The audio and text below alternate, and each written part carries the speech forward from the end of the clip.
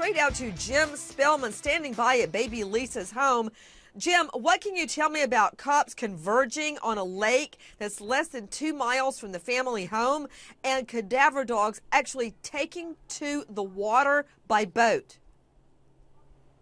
That's right. There were about 30 investigators out there this afternoon, Nancy. One of these dogs, Lacey, went into the boat. This is a dog that's been trained to detect human remains, and they say that Lacey can even smell this if the body was inside the lake. She didn't hit any positive hits from that lake, though, today. They were out there for about 2 or 3 hours today, Nancy. Jim Spellman, so much more has happened today in the last 24 hours, a lot of developments. I understand Mommy and Daddy announced they're opening up their home to the press in order to answer questions, for questions to be put to rest. But then, just before the press, the media is supposed to go into the home and maybe hear from the mommy and daddy.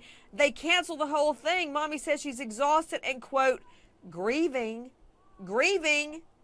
Does that suggest she knows baby Lisa is dead?